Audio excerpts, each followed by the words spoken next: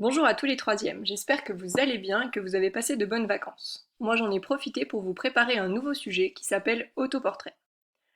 Dans le document que je vous ai transmis et que vous avez sous les yeux, vous trouverez à la première page 3 encarts avec les consignes, les problématiques et les apprentissages. Je vais déjà revenir sur les consignes.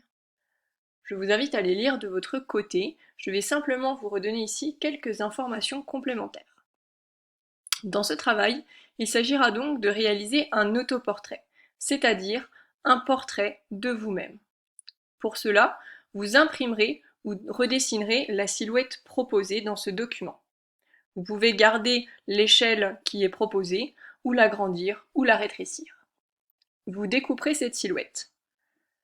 Vous proposerez ensuite, à l'intérieur de cette silhouette, un autoportrait en utilisant la ou les techniques de votre choix.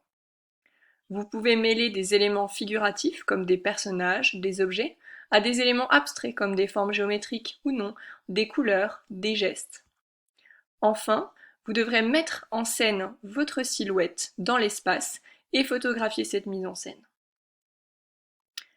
Les problématiques, ce sont les questions que vous allez vous poser, les problèmes que vous allez tenter de résoudre. Ces questions, il faut vous les poser avant de commencer le travail et tout au long de sa réalisation pour vous assurer de bien répondre au sujet. Les objectifs et les apprentissages, c'est ce que j'espère que ce travail vous aura enseigné.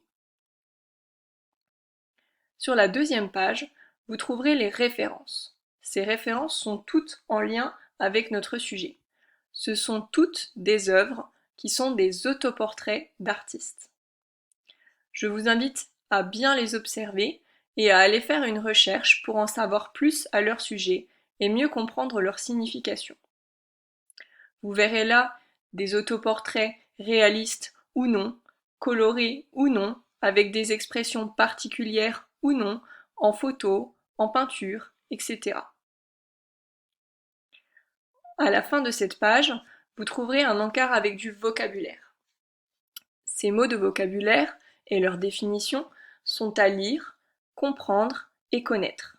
Je ne vous demande pas de savoir les définitions par cœur, mais vous devez être capable de réexpliquer ces termes avec vos propres mots.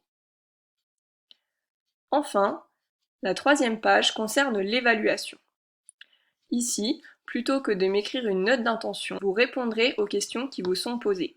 La finalité est la même, vous devez expliquer et justifier votre travail. Bien sûr, si vous avez d'autres choses à dire, vous pouvez écrire davantage que les 3 questions qui vous sont posées. En dessous, vous avez un tableau d'évaluation. Vous n'avez pas à le remplir pour ce projet. C'est moi qui le remplirai. Mais dans de prochains sujets, je vous demanderai sûrement de vous auto-évaluer à l'aide d'un tableau semblable. Enfin, vous trouverez ici les appréciations et conseils.